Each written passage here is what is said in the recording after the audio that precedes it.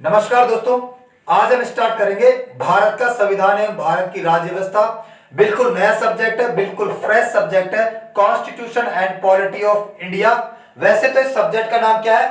Polity of India, Bharat की राज्य व्यवस्था। लेकिन अगर आप पूरा का पूरा संविधान पढ़ लेते हैं, पूरा का पूरा कॉन्स्टिट्यूशन पढ़ लेंगे, तो पूरे भारत राज्य की व्यवस्था आपको समझ में आ जाएगी। तो उचित होगा हम इसको क्या कहें? भारत का संविधान एवं राज्य व्यवस्था, constitution and polity of India. वैसे हम इसको पॉलिटी के नाम से जानते हैं, राज्य व्यवस्था के नाम से जानते हैं। इससे पहले कि हम इस सब्जेक्ट को आगे पढ़े, दो बातें आपको क्लियर होना जरूरी है। हम कई बार सुनते हैं पॉलिटी, कई बार सुनते हैं पॉलिटिकल साइंस, और पॉलिटिक्स को भी हम देख ही लेंगे इन तीनों में क्या अंतर है। तो ध्यान से समझना। पहले बात हम करेंगे पॉलिटी की। पॉलिटी का मतलब होता है राज्य व्यवस्था। किसी भी राज्य की व्यवस्था जो वर्तमान में चल रही है, किसी भी राज्य की व्यवस्था जो प्रेजेंट में चल रही है, मतलब प्रेजेंट में यानी कल तक या आज तक, जब तक हम ये वीडियो देख रहे हैं, मतलब जो भी कानून व्यवस्था, जो भी नियम कायदे कानून, जो भी रूल रेगुलेशन हमारे देश में चल रहे हैं, केवल और केवल उनका अध्ययन करना है। पॉलिटी के अंदर राजनीति के संबंध में बाहर से कोई भी चीज हमें नहीं पढ़नी है। पॉलिटी का मतलब मैं फिर से रिपीट कर रहा हूं, केवल और केवल उस राज्य में वर्तमान में चल रही व्यवस्था का अध्ययन किया जाता है। वर्तमान में जो नियम कानून, रूल रेगुलेशन, ठीक है, जो भी कायदे कानून उस देश में चल रहे हैं, केवल और केवल उनका अध्ययन करना है। उस राज्य की व्यवस्था का अध्ययन करना है, बाहर से कुछ भी नहीं पढ़ना है। तो फिर पॉलिटिकल साइंस क्या है? पॉलिटिकल साइंस का मतलब होता है राजनीति विज्ञान। ये इसका बहुत बड़ा रूप है। राजनीति विज्ञान का मतलब राजनीति से संबंधित देश दुनिया की सभी बातों का अध्ययन करना, देश दुनिया की राजनीति से संबंधित सभी बातों का अध्ययन करना, ठीक है। जैसे इसके अलावा एक डिप्लोमेटिक कॉन्सेप्ट भी होता है, ठीक है, कूटनीतिक सिद्धांत। दूसरे देशों के साथ कूटनीतिक संबंध कैसे बनाने हैं, राजनीतिक संबंध कैसे बनाने हैं। कूटनीति का मतलब होता क्या है? जब सामने वाले देश को या सामने वाले इंसान को आप अपनी बातों से ही चित कर देते हैं, बिना लड़े, बिना हथियार उठाए, अगर आप सामने वाले को अपनी बातों से इतना कायल कर देते हैं कि वो आपकी बात मानने के लिए मजबूर हो जाए, उससे हम क्या कहते हैं? कूटनीति, डिप्लोमेसी। तो इसके अंदर पूरी की पूरी कूटनीति का अध्ययन किया जाता है। इसके अलावा आए दिन कोई ना कोई पॉलिटिकल थ्योरी बनती रहती है, कोई ना कोई पॉलिटिकल कॉन्सेप्ट बनता रहता है। जैसे गणित में आए दिन कोई ना कोई थ्योरी या नए फॉर्मूले का इजाद होता रहता है, वैसे पॉलिटिकल साइंस के अंदर भी नई नई थ्योरी, नए नए फॉर्मूलों का इजाद होता रहता है। इसके अलावा ये जो किसी भी देश की व्यवस्था चल रही है, इसके अंदर क्या सुधार किया जा सकता है, इसके अंदर रिसर्च करने का काम, इसको बिगाड़ने का काम, सुधारने का काम, कि हमारे देश की जो व्यवस्था चल रही है उसको और बेटर और सही तरीके से और बढ़िया तरीके से कैसे बनाया जा सकता है, इन सब चीजों का अध्ययन किया जाता है पॉलिटिकल साइंस के अंदर। तो फिर से मैं रिपीट कर देता हूं, पॉलिटी के अंदर आज तक या जब तक हम पढ़ रहे हैं, जो भी नियम कायदे कानून हमारे देश में चल रहे हैं, उनका अध्ययन करना है। लेकिन पॉलिटिकल साइंस इसका बड़ा रूप है। इसके अंदर राजनीति से संबंधित किसी भी बात का अध्ययन करो, कोई रोक टोक नहीं है। इसके अंदर क्या बिगाड़ा जा सकता है, क्या सुधार किया जा सकता है, और इस व्यवस्था को कितना बेटर, कितना अच्छा बनाया जा सकता है, और पॉलिटिकल कॉन्सेप्ट, दूसरे देशों के साथ संबंध कैसे बनाने हैं, राजनीति कैसे करनी है, ठीक है, इन सब बातों का अध्ययन पॉलिटिकल साइंस में किया जाता है। तो हम जो सब्जेक्ट पढ़ते हैं उसका नाम है पॉलिटी या राज्य व्यवस्था, जो आपकी हर एक एग्जाम के लिए इंपॉर्टेंट है। SSC, railway, banking, UPSC, state PCSC और अदर स्टेट एग्जाम सबके लिए इंपॉर्टेंट है। तो दोनों का कॉन्सेप्ट क्लियर हो गया। ये अपने आप में महासागर है और ये क्या है? सागर। तो फिर पॉलिटिक्स किसे कहेंगे हम? देखो, जब भी कोई इंसान किसी राजनीतिक पद को धारण करने के मकसद से आगे बढ़ता है, चाहे उसे सरपंच बनना हो, चाहे उसे पार्षद बनना हो, चाहे उसे सांसद बनना हो, विधायक बनना हो, प्रधानमंत्री बनना हो, कोई मंत्री बनना हो, तो जब भी कोई इंसान किसी राजनीतिक पद को धारण करने के मकसद से, किसी पॉलिटिकल पोस्ट को धारण करने के मकसद से आगे बढ़ता है, उसे हम क्या कहते हैं? राजनीति कहते हैं। तो तीनों शब्दों का अंतर आपको क्लियर हो जाना चाहिए। अब हम थोड़ा आगे की तरफ बढ़ते हैं। इसके बाद सबसे पहली चीज हम देखेंगे कि इसको पढ़ने की जरूरत क्यों पड़ी, हम इसको एज ए सब्जेक्ट, एक विषय के रूप में क्यों पढ़ते हैं, उसका थोड़ा सा हमें कॉन्सेप्ट समझने के लिए इतिहास में जाना पड़ेगा। प्राचीन इतिहास हम लोग 2350 ईस्वी पूर्व से 2350 बीसी से लेकर 700 ईस्वी तक 700 एडी तक पढ़ते हैं। जो हम प्राचीन इतिहास है वो हम पढ़ते हैं 2350 से लेकर 700 ईस्वी तक।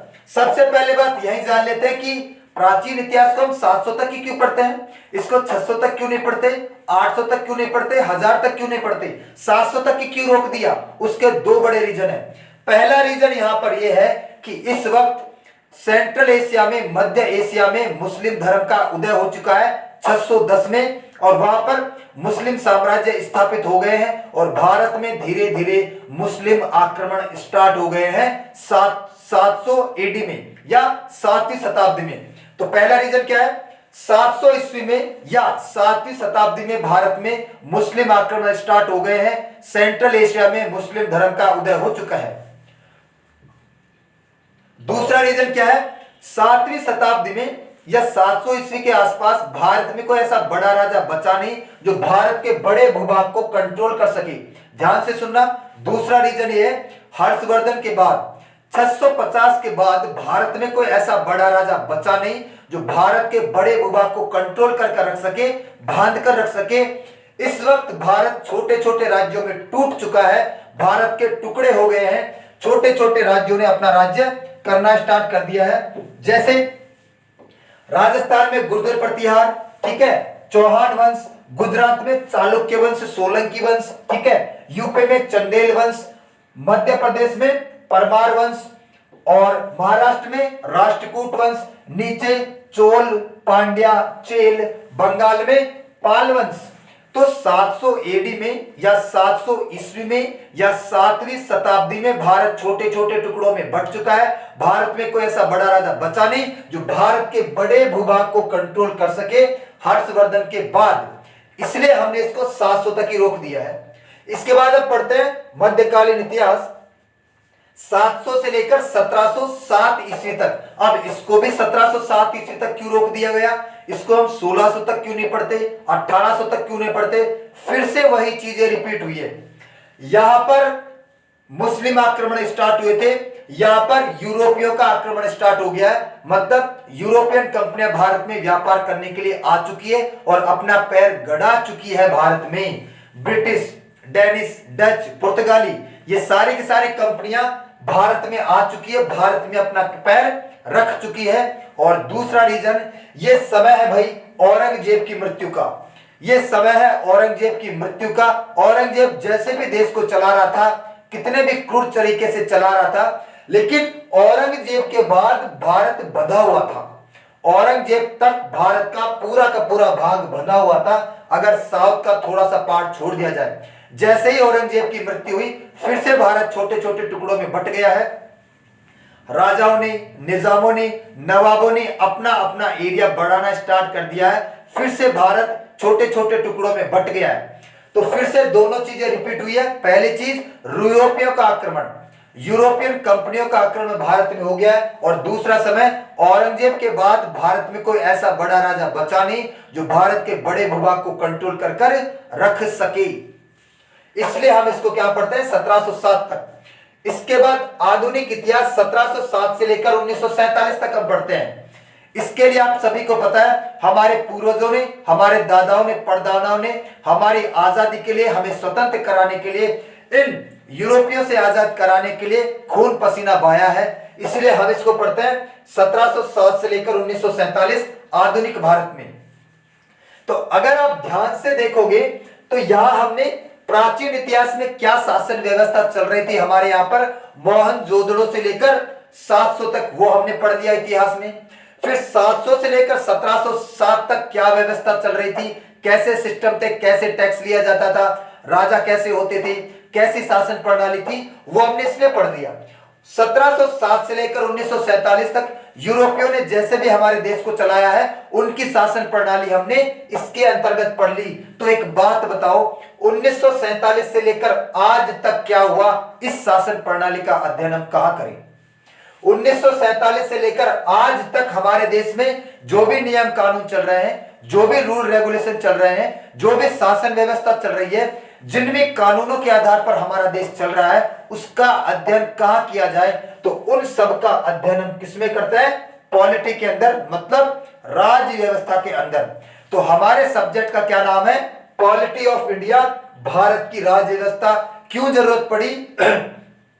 1947 से लेकर आज तक जब तक हम पढ़ रहे हैं, हमारे देश में क्या शासन व्यवस्था चल रही है, राष्ट्रपति कौन होता है, प्रधानमंत्री कौन होता है, कैसे चुनाव होते हैं, कैसे हमारा देश चल रहा है, हम लोग कौन है, वोटिंग कैसे करते हैं, इन सब चीजों का अध्ययन हम इस सब्जेक्ट के अंतर्गत पढ़ते हैं। यहां तक इतिहास में हमने पढ़ लिया है और 1947 तक आज तक क्या हुआ, इन सब चीजों का अध्ययन हम पॉलिटी में, राज्य व्यवस्था में करते हैं। क्लियर है यहां तक? तो फिर आगे चलते हैं। इसलिए हम इसको क्या पढ़ते हैं? सब्जेक्ट के रूप में पढ़ते हैं, भारत की व्यवस्था को समझने के लिए। अब ध्यान से देखना, जब भी कोई शासन व्यवस्था होगी, जब भी कोई कानून चल रहा होगा, वो किसी ना किसी देश में चल रहा होगा, किसी ना किसी राज्य में चल रहा होगा। ऐसा थोड़ी है कि वो अंतरिक्ष में चल रहा है या पानी में चल रहा है। कोई भी राज्य व्यवस्था किसी न किसी देश में चल रही होगी। तो जब भी इस सब्जेक्ट को हम पढ़ेंगे, देश का निर्माण करना जरूरी है। हम देश कहते किसे हैं, हम राज्य कहते किसे हैं, हम स्टेट कहते किसे हैं, उस चीज को जानना जरूरी है। तो देखो, ओरिजिनल शब्द तो क्या है? स्टेट या राज्य, लेकिन हम इसके पर्यायवाची बोलते हैं। स्टेट को हम क्या कहते हैं? कंट्री। और राज्य को हम क्या कहते हैं? देश। मूल शब्द क्या है? राज्य या स्टेट। हमारे संविधान में सभी जगह पर या तो राज्य शब्द का उपयोग किया गया है या स्टेट शब्द का यूज किया गया है। संविधान में आप कहीं पर भी देखोगे तो ऐसा ही लिखा मिलेगा, state shall not deny any person to follow fundamental right, या राज्य अपने नागरिकों को अधिकार देने से वंचित नहीं रखेगा। ये जो देश और कंट्री बोलते हैं ना, ये पर्यायवाची है, ये कोई शब्द नहीं है पॉलिटी के अंदर। पॉलिटी के अंदर मूल शब्द या तो राज्य बोलो या स्टेट बोलो। वैसे राज्य हम अपने राज्यों के लिए यूज करते हैं, राजस्थान राज्य, महाराष्ट्र राज्य, पश्चिम बंगाल राज्य। राज्य का मतलब ही देश होता है, स्टेट का मतलब क्या होता है? कंट्री होता है। तो ये पर्यायवाची शब्द है भाई, ठीक है। हम लोग या तो स्टेट यूज करते हैं, स्टेट, स्टेट को हम क्या बोलते हैं? कंट्री, या हम राज्य को क्या बोलते हैं? देश। तो मूल शब्द ये दोनों है। ये क्या है? स्टेट को कंट्री पर्यायवाची और राज्य को देश क्या है? पर्यायवाची। मूल शब्द स्टेट या राज्य है। तो राज्य या देश कहेंगे किसे? जहां पर शासन प्रणाली चल रही है। ध्यान से देखना, आपके सामने मैंने 3 डेफिनेशन लिखी है भाई, आपके सामने मैंने 3 डेफिनेशन लिखी है। तीनों डेफिनेशन को मैं आपको समझाऊंगा, तभी आपका कॉन्सेप्ट क्लियर होगा। सबसे पहले मैंने सामान्य डेफिनेशन लिखी है, राज्य कहते किसे हैं? राज्य निर्माण के लिए सबसे पहले निर्धारित सीमाएं होनी चाहिए। सीमा या बाउंड्री हो, जमीन का टुकड़ा हो, टेरिटरी या राज्य क्षेत्र होना चाहिए, लेकिन निश्चित होना चाहिए। मुझे एक बात बताओ, अगर निश्चित नहीं होगा, भारत की संसद में कोई कानून पास हो रहा है तो केवल और केवल भारत के राज्य क्षेत्र में लागू होगा। ऐसा थोड़ी है कि पाकिस्तान में लागू होगा या चाइना में लागू होगा, ऐसा तो नहीं है। अगर चाइना की संसद में कोई कानून बनता है तो चाइना के राज्य क्षेत्र में लागू होगा, ना ही वो भारत में लागू होगा, ना ही वो पाकिस्तान में लागू होगा। पाकिस्तान की संसद में कोई कानून पास होता है तो पाकिस्तान की जो प्रॉपर बाउंड्री है, जो भी निर्धारित सीमा है, उसके अंदर लागू होगा, वो भारत में लागू नहीं होगा। तो जब भी बात आएगी राज्य निर्माण की, तो सबसे पहले निर्धारित सीमाएं होनी चाहिए। सीमा या बाउंड्री हो, टेरिटरी या राज्य क्षेत्र, लेकिन निश्चित होनी चाहिए। दूसरा, अब उस खाली जमीन का भी क्या करें जब रहने के लिए लोग ही नहीं है? तो दूसरी रिक्वायरमेंट है, लोग या नागरिक होने चाहिए। उस जमीन के टुकड़े में रहने के लिए लोग होने चाहिए। ये जो भारत का जमीन का टुकड़ा है, इसमें रहने के लिए 138 करोड़ लोग हैं। और पहली चीज जमीन मिल गई, दूसरी चीज लोग मिल गए।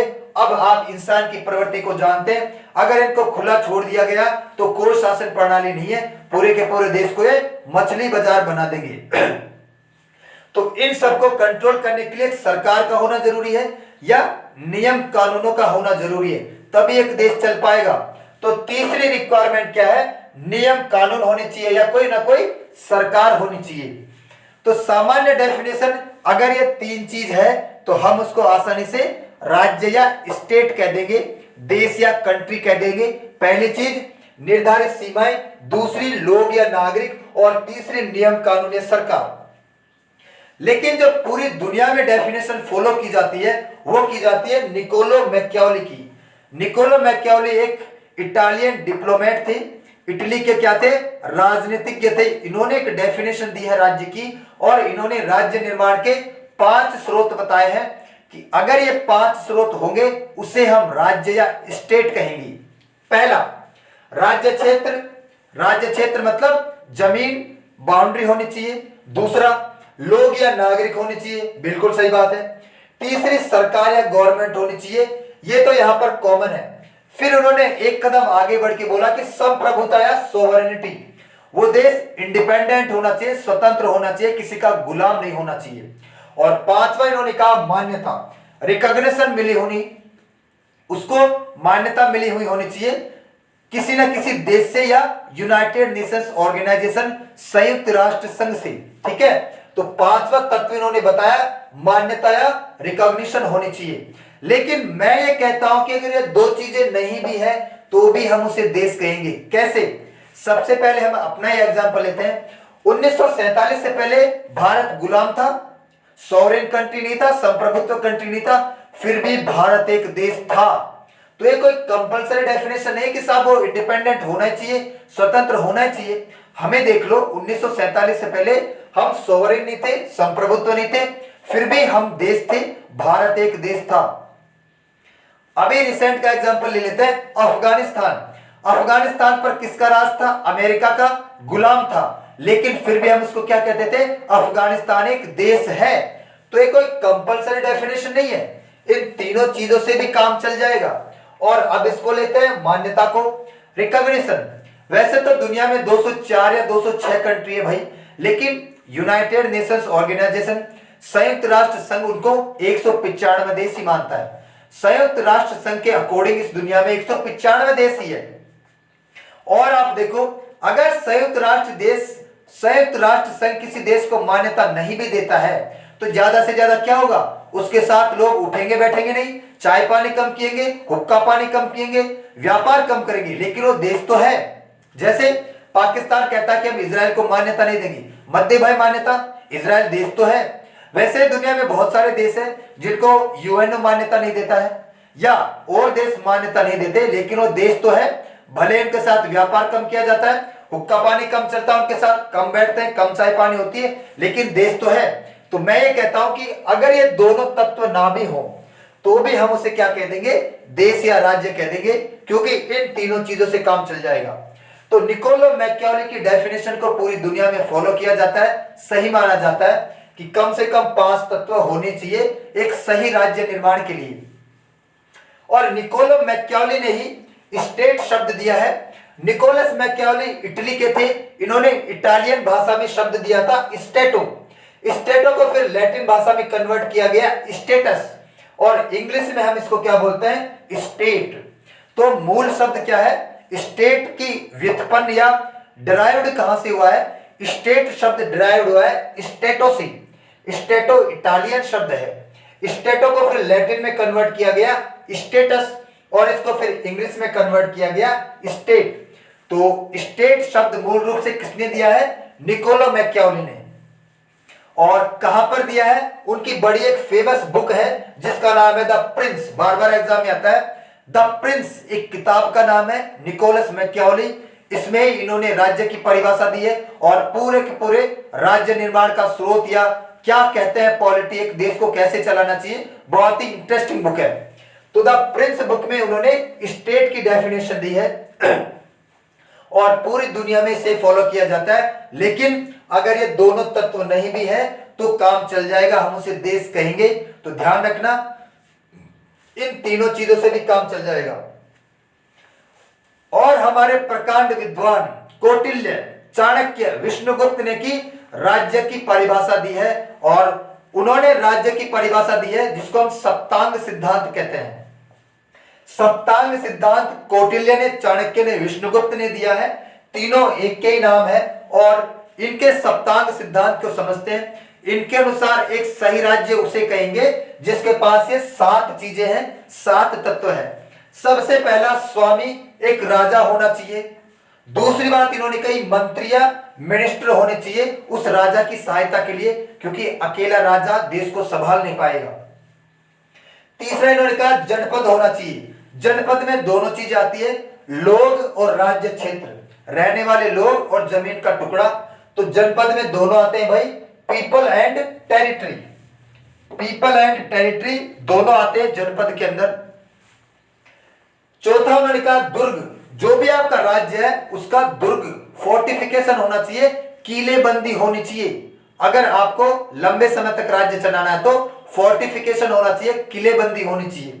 पांचवा इन्होंने कहा कि कोष या खजाना होना चाहिए। अगर आपको देश को चलाना है तो आपके पास अच्छा खासा खजाना होना चाहिए, क्योंकि आपको पता है कि लोगों के साथ अगर आपको सहूलियतें देनी है, अगर लड़ाई भी हो जाए तो युद्ध में पैसा पानी की तरह बहता है, तो आपके पास अच्छा खासा खजाना भी होना चाहिए।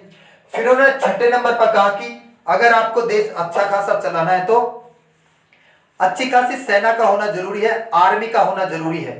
फिर उन्होंने जो नेक्स्ट का सबसे ज्यादा जोर दिया उन्होंने मित्र के ऊपर, फ्रेंड्स के ऊपर। आपका एक अच्छा खासा मित्र होना चाहिए। अगर किसी भी राज्य को लंबे समय तक चलना है तो अच्छा खासा मित्र होना चाहिए। और यही वजह है कि 1971 में अगर रसिया जैसा, रूस जैसा मित्र नहीं होता तो हमारे कितने टुकड़े होते हमें पता भी नहीं है। जब समय आएगा आपको स्टोरी बताई जाएगी, बहुत ही इंटरेस्टिंग स्टोरी है। तो मित्र का होना भी जरूरी है। सच्चा मित्र जब आपको सबसे ज्यादा जरूरत है और जो आपका सच्चे दिल से साथ दे, वही आपका सच्चा मित्र है। इसे क्या कहते हैं, सप्तांग सिद्धांत को चाणक्य के अनुसार किसी भी देश के निर्माण के लिए इन 7 तत्वों का होना चाहिए। और यही रीजन है कि चाणक्य ने चंद्रगुप्त मौर्य जैसा सम्राट पैदा किया। भारत का सबसे बड़ा राज्य क्षेत्र, ना ही इतना बड़ा राज्य किसी का था और ना ही इतना बड़ा राज्य किसी का हो जा, जो भारत का पहला सम्राट बना, सम्राट चंद्रगुप्त मौर्य। इसी सिद्धांत के आधार पर तो चाणक्य के अनुसार एक अच्छा राज्य, एक अच्छा स्टेट हम उसे कहेंगे जिसके पास ये 7 चीजें होंगी।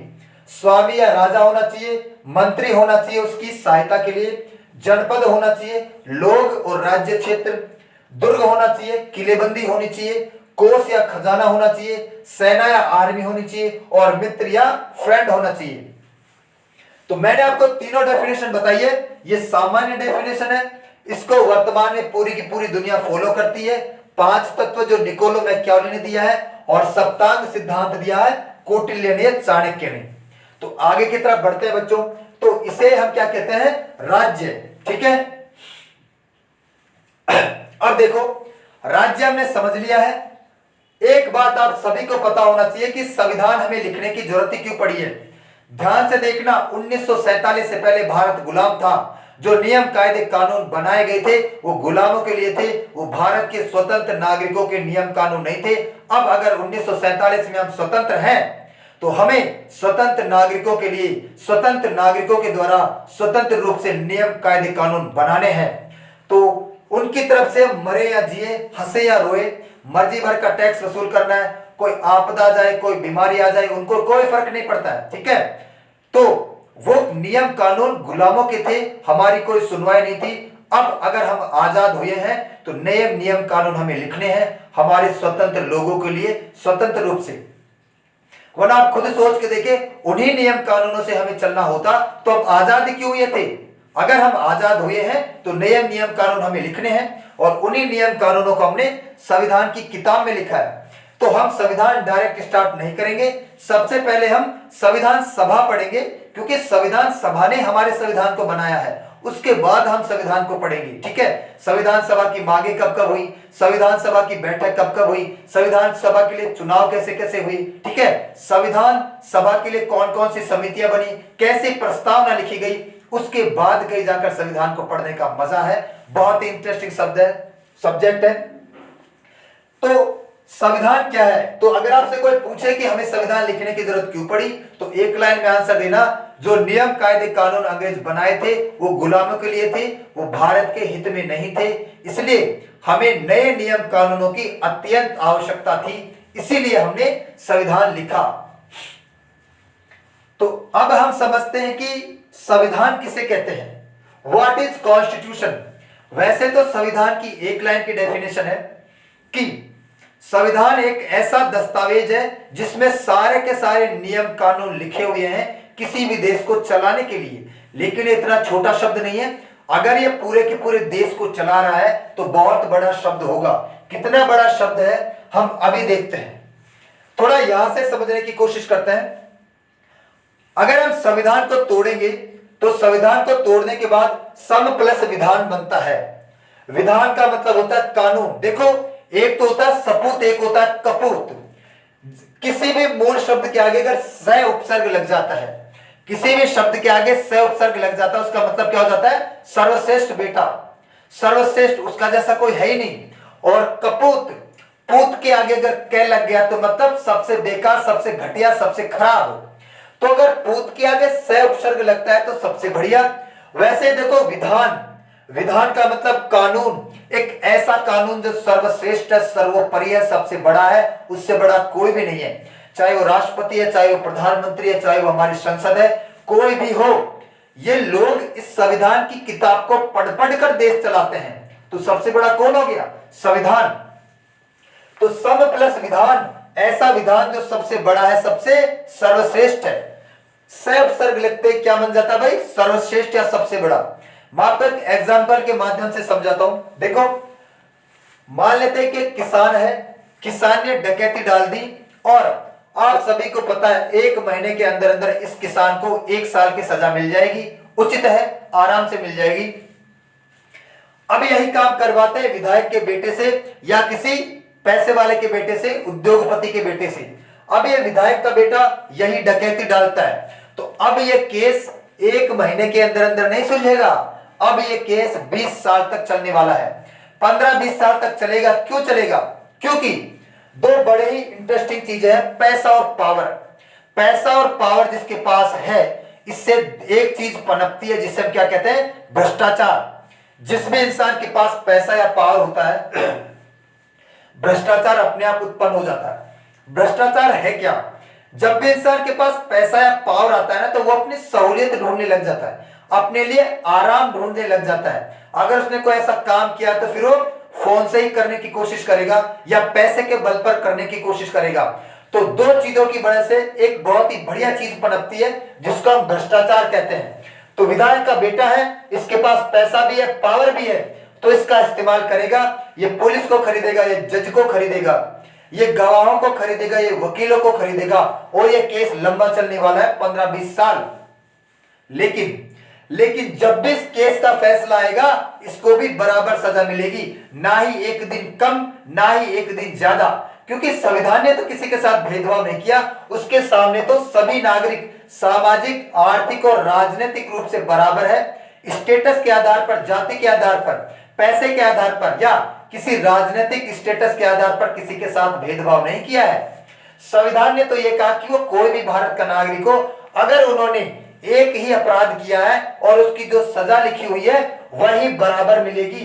भले ही देर आए दुरुस्त आए, करप्शन की वजह से केस लंबा चल सकता है, लेकिन जिस भी दिन इस विधायक के बेटे को सजा मिलेगी, 1 साल की मिलेगी, बराबर मिलेगी जितनी उस किसान को मिली है उस अपराध के लिए। ऐसा नहीं है कि विधायक का बेटा है, ले भाई हाथ जोड़ के निकल लिए, या ऐसा नहीं है कि उद्योगपति का बेटा है, घर पे जाके सजा सुना के आ जाते हैं। ऐसा नहीं होगा, क्योंकि संविधान ने किसी के साथ भेदभाव नहीं किया। संविधान के लिए सभी नागरिक बराबर है। ये जो बीच का मामला है, ये हम इंसानों ने क्रिएट किया है पैसे और पावर के आधार पर। तो जब भी सजा मिलेगी, बराबर सजा मिलेगी। संविधान ने किसी के साथ भेदभाव नहीं किया है, इसलिए संविधान सबसे बड़ा है, सर्वोपरि है। अगर संविधान की एक तरफ लिखा हुआ है सभी को पद पर बिठाने की पावर, तो अगर इंसान अपने पद का गलत इस्तेमाल करते हैं तो दूसरे ही हाथ संविधान में यह भी लिखा हुआ है कि उनको पद से उतारा भी जा सकता है, चाहे वो भारत का सर्वोच्च नागरिक ही क्यों ना हो। अगर राष्ट्रपति को हम चुनावी प्रक्रिया के माध्यम से चुन सकते हैं, तो अगर वो संविधान का उल्लंघन करते हैं, अपनी शक्तियों का गलत इस्तेमाल करते हैं, तो महाभियोग की प्रक्रिया के द्वारा उनको नीचे उतारा भी जा सकता है। अगर हमारी सरकार हमारी सही बात सुनती नहीं है, हमारे विपरीत काम करती है, तो 5 साल बाद हमारा नंबर आता है, हम हमारी सरकार को उखाड़कर फेंक भी सकते हैं। तो संविधान सर्वोपरि है, उससे बड़ा कोई भी नहीं है। अब हम समझते हैं संविधान को। संविधान क्या है? संविधान देश का सर्वोच्च कानून है, उससे बड़ा कोई भी नहीं है। काम क्या है इसका, लिखा क्यों गया है? देश में शासन चलाना, to govern a nation, administration का काम है इसका, देश में शासन चलाने का काम है, एडमिनिस्ट्रेशन करना है।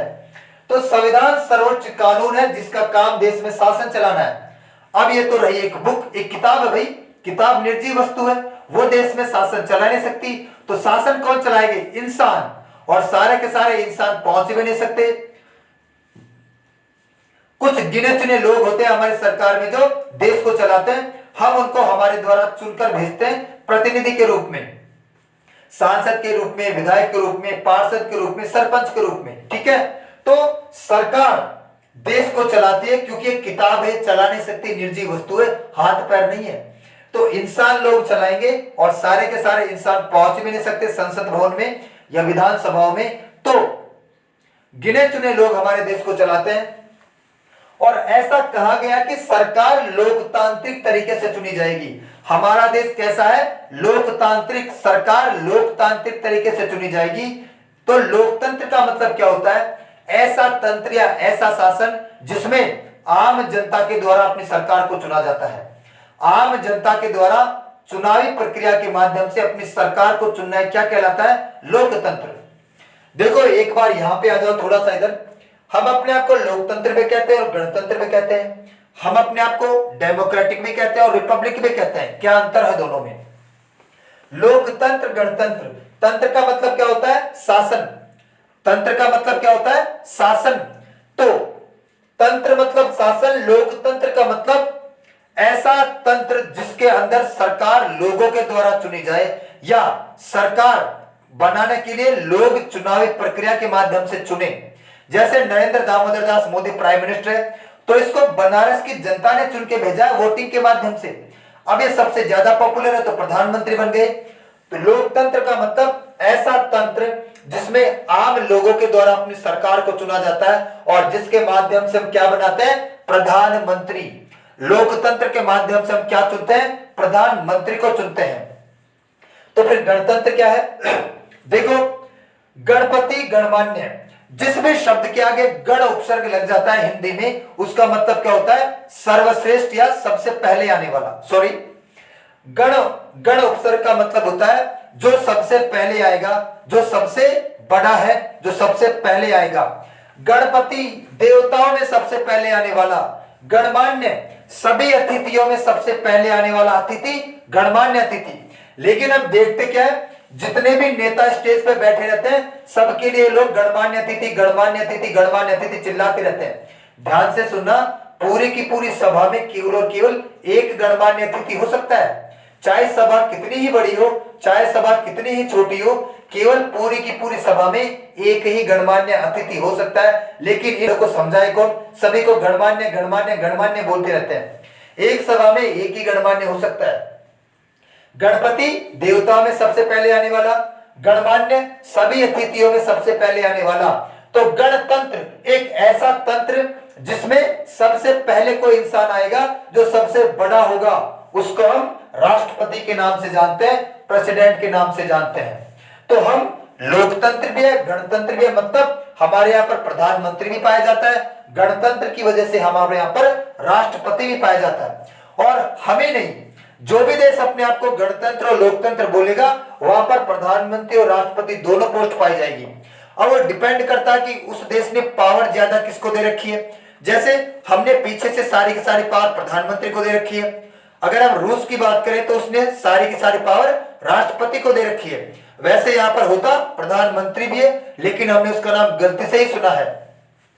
चाइना को ले लो, चाइना में क्या होता है? वहां पर राष्ट्रपति भी है, प्रधानमंत्री भी है, लेकिन पावर किसको दे रखी है? राष्ट्रपति को।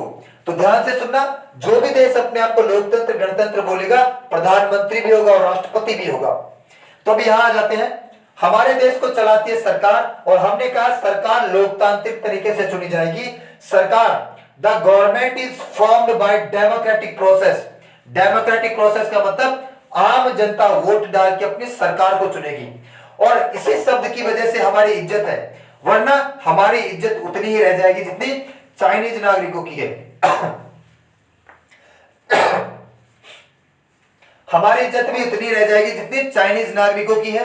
चाइना में अभी एक हवा उड़ गई कि बैंक में पैसा खत्म होने वाला है।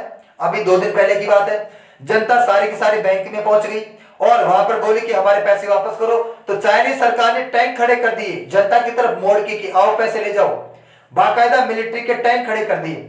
और चाइना में कोई भी नियम कानून बन जाए, जनता को मानना ही पड़ेगा, जबरदस्ती थोपा ही जाएगा। लेकिन डेमोक्रेसी में, लोकतंत्र में क्या होता है, सरकार हमारी बात सुनती जरूर है, चाहे कम अमल करे, कम बोले या थोड़ा कम रेस्पॉन्स करे, लेकिन बात सुनती जरूर है भाई। क्योंकि उसको एक तो खतरा है, नहीं सुनेंगे तो 5 साल बाद नंबर आने वाला है, अंगूठा दबा के निकाल देंगे। और इसका बेस्ट एग्जांपल देखो, अभी 3 किसान कानून आए थे। जब सरकार को लगी ज्यादा ही कानून व्यवस्था खराब हो गई है, आंदोलन बढ़ गया है, शायद ये जनता के फेवर में नहीं है, तो नरेंद्र मोदी ने, प्रधानमंत्री ने तीनों के तीनों किसान नियमों को वापस ले लिया। तो यही एक डेमोक्रेसी की खूबी है, यही एक डेमोक्रेसी की खूबसूरती है कि जब जनता अपनी सरकार को चुनती है तो सरकार हमारी बात सुनती भी है। और इसी शब्द की वजह से हमारी इज्जत है, वरना हमारी इज्जत भी चाइनीज नागरिकों की उतनी ही रह जाएगी। कैसे? मैं थोड़ी देर के लिए शब्द को हटा लेता हूं। इस शब्द का मतलब है कि सरकार लोकतांत्रिक तरीके से चुनी जाएगी। अगर मैं शब्द को हटा लेता हूं तो अब ये नागरिक वोट डालने नहीं जाएंगे, ये नागरिक वोट डालने नहीं जाएंगे तो सरकार नहीं बनेगी, सरकार नहीं बनेगी तो देश में शासन नहीं चलेगा, और देश में शासन नहीं चलेगा तो इस किताब को लिखने की कोई मायने नहीं है। एक नहीं 50 किताब लिख लो। फिर से समझाता हूं आपको। लोकतांत्रिक का मतलब होता है कि जनता सरकार चुनेगी। अगर इस लोकतांत्रिक शब्द को हटा दे तो जनता वोट देने नहीं जाएगी, वोट देने नहीं जाएगी तो सरकार नहीं बनेगी, सरकार नहीं बनेगी तो देश में शासन नहीं चलेगा, और शासन नहीं चलेगा तो इस किताब को लिखने के कोई मायने नहीं है। कितनी भी मोटी किताब लिख लो, कितनी भी बढ़िया लिख लो। तो हमारी इज्जत इस शब्द ने बचा रखी है, लोकतांत्रिक या डेमोक्रेटिक ने। ठीक है, कि जनता अपनी सरकार चुनेगी। और इसीलिए हमारे संविधान की शक्ति का स्रोत क्या है? हमारे संविधान की शक्ति का स्रोत या हमारे संविधान की सोर्स ऑफ पावर क्या है? What is the source of power, बार बार पूछा जाता है। तो हम लोग नागरिक लोग हैं, सोर्स ऑफ पावर। ठीक है, और किस शब्द की वजह से? लोकतांत्रिक शब्द की वजह से। तो यह है संविधान, सर्वोच्च कानून, जिसका काम शासन चलाना है, लेकिन वो निर्जीव शासन चला नहीं सकता, तो सरकार शासन चलाती है। कुछ गिने चुने प्रतिनिधि जिनको हम चुनकर भेजते हैं, सांसद, विधायक, पार्षद या सरपंच के रूप में। और कहा गया कि सरकार लोकतांत्रिक तरीके से चुनी जाएगी, मतलब आम जनता वोट डालेगी। इसीलिए हमारे संविधान की शक्ति का स्रोत, सोर्स ऑफ पावर क्या है? हम लोग हैं। तो ये है संविधान, इसे कहते हैं संविधान। तो ऐसा कानून जिसमें देश को चलाने के लिए सभी कानून व्यवस्था का सिद्धांत निहित है, उसे हम क्या कहते हैं? संविधान। तो आज के लिए इतना ही करते हैं, मिलते हैं नेक्स्ट क्लास में। तब तक के लिए धन्यवाद।